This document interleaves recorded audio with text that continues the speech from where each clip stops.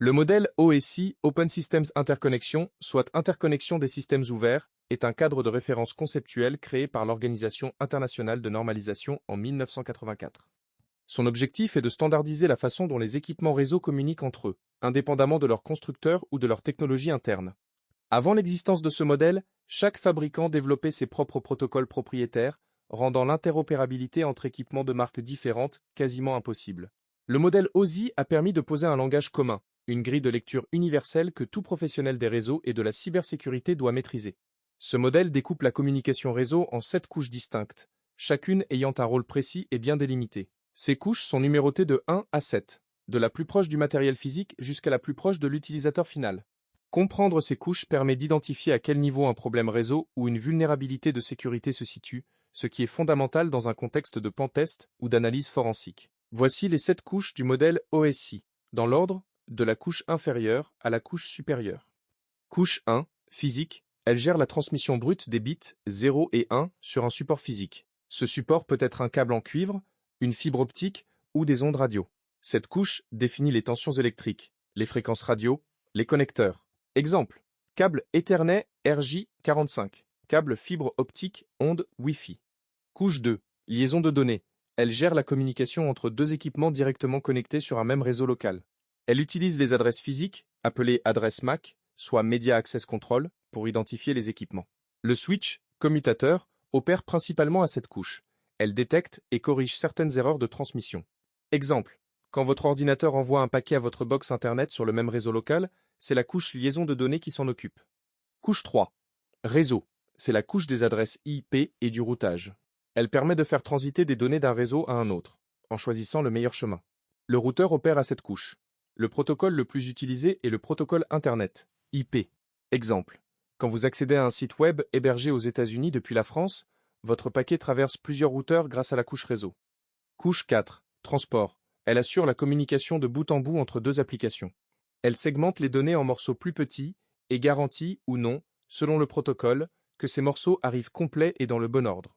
Les deux protocoles principaux sont le protocole de contrôle de transmission, TCP, qui est fiable et vérifie la bonne réception, et le protocole de datagrammes utilisateurs, UDP, qui est rapide mais sans garantie de livraison. Les numéros de port appartiennent à cette couche. Exemple, le port 80 pour le web non chiffré, le port 443 pour le web chiffré. Couche 5, session. Elle gère l'établissement, le maintien et la fermeture des sessions de communication entre deux applications. Elle permet par exemple de reprendre une session interrompue. En pratique, cette couche est souvent fusionnée avec les couches supérieures dans les implémentations modernes. Couche 6, présentation. Elle s'occupe de la mise en forme des données, chiffrement, déchiffrement, compression, conversion de format. Exemple, lorsqu'une connexion HTTPS chiffre les données avant de les envoyer, c'est la couche présentation qui intervient, même si en pratique, les protocoles modernes comme TLS opèrent à cheval entre plusieurs couches. Couche 7. Application. C'est la couche la plus haute, celle avec laquelle l'utilisateur interagit directement. Elle contient les protocoles des applications réseau, HTTP, protocole de transfert hypertexte, DNS, système de nom de domaine, FTP, protocole de transfert de fichiers, SMTP, protocole simple de transfert de courrier, SSH, protocole de connexion sécurisée à distance. Exemple, quand vous tapez une adresse dans votre navigateur, c'est la couche application qui formule la requête HTTP. Une astuce mnémotechnique pour retenir l'ordre des couches de 7 à 1. Apprenez pour système technique réseau logiciel physique, application, présentation, session, transport, réseau, liaison, physique. Ou dans l'autre sens, de 1 à 7, prenez le réseau transmettre sans perdre l'application. Maintenant que les 7 couches sont posées, il faut comprendre un mécanisme absolument central, l'encapsulation. L'encapsulation est le processus par lequel les données traversent les couches OSI à l'émission. À chaque couche, une information de contrôle propre à cette couche est ajoutée autour des données. On appelle cette information ajoutée un en-tête, header. Certaines couches peuvent aussi ajouter une information en fin de données, appelée queue, trailer. Le tout forme une unité de données propre à chaque couche, que l'on nomme différemment selon la couche concernée. Voici comment se nomment les unités de données selon les couches. Couche 7 à 5, application, présentation, session, on parle simplement de données, data. Couche 4, transport, les données sont encapsulées dans un segment, si le protocole utilisé est TCP ou un datagramme, si le protocole utilisé est UDP. Couche 3, réseau, le segment est encapsulé dans un paquet, auquel on ajoute un en-tête contenant l'adresse IP source et l'adresse IP de destination. Couche 2, liaison de données. Le paquet est encapsulé dans une trame, frame, à laquelle on ajoute l'adresse MAC source et l'adresse MAC de destination, ainsi qu'une queue de contrôle d'erreur. Couche 1, physique. La trame est convertie en bits, suite de 0 et de 1, et transmise sur le support physique. Prenons un exemple concret pour illustrer ce processus. Imaginons que vous envoyez un email depuis votre ordinateur. 1. La couche application crée le message email avec le protocole SMTP. 2. La couche présentation peut chiffrer ce message si nécessaire. 3. La couche session ouvre une session de communication avec le serveur email. 4. La couche transport découpe le message en segments TCP, en ajoutant les numéros de port source, un port aléatoire élevé sur votre machine, et de destination, port 25 pour SMTP, par exemple. 5. La couche réseau encapsule chaque segment dans un paquet IP en ajoutant l'adresse IP de votre machine et l'adresse IP du serveur email. 6. La couche liaison de données encapsule chaque paquet dans une trame itéralaire en ajoutant l'adresse MAC de votre machine et l'adresse MAC de votre box Internet, passerelle par défaut. 7. La couche physique convertit la trame en signaux électriques ou en ondes radio et les transmet sur le câble ou par Wi-Fi. Du côté du destinataire, le processus inverse s'applique. On parle de désencapsulation. Chaque couche retire l'entête qui la concerne, traite les informations et transmet les données à la couche supérieure, jusqu'à ce que le message original arrive à la couche application du serveur email. Pourquoi ce mécanisme est-il crucial en cybersécurité? Parce que chaque couche est une surface d'attaque potentielle. Un attaquant peut cibler la couche physique en interceptant physiquement un câble, écoute passive sur câble.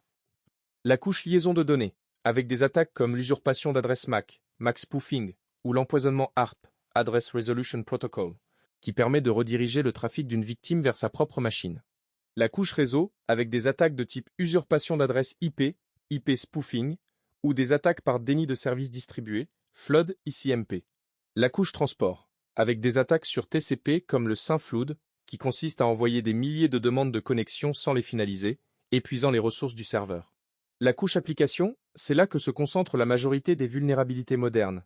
Injection SQL, cross-site scripting, failles d'authentification, falsification de requêtes intersites, et bien d'autres. Lorsqu'on utilise un outil comme Wireshark pour capturer du trafic réseau, on observe précisément cette structure en couches. Wireshark décompose chaque trame capturée et affiche les entêtes couche par couche.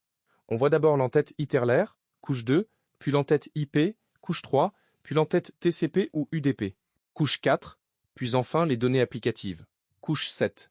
C'est exactement le fruit de l'encapsulation rendue visible. Il est également important de noter la différence entre le modèle OSI et le modèle TCP/IP, Transmission Control Protocol Internet Protocol, qui est le modèle réellement implémenté sur Internet. Le modèle TCP/IP ne comporte que 4 couches, accès réseau, regroupant les couches physiques et liaison, Internet, équivalent de la couche réseau OSI, transport, identique et application, regroupant les couches session, présentation et application OSI. Le modèle OSI reste néanmoins la référence théorique universelle pour analyser, diagnostiquer et sécuriser les communications réseau, car sa granularité en 7 couches permet une analyse plus fine des problèmes et des attaques. En résumé, maîtriser le modèle OSI et le principe d'encapsulation, c'est se doter d'une carte mentale précise de la communication réseau. C'est savoir exactement où chercher quand quelque chose ne fonctionne pas, et surtout où un attaquant peut frapper. Toutes les analyses de trafic, toutes les phases de reconnaissance lors d'un pentest, toutes les mises en place de règles de pare-feu ou de détection d'intrusion reposent implicitement sur cette compréhension en couches. C'est le socle indispensable avant d'aborder les protocoles spécifiques, les outils d'analyse de trafic avancés et les techniques d'attaque et de défense applicatives.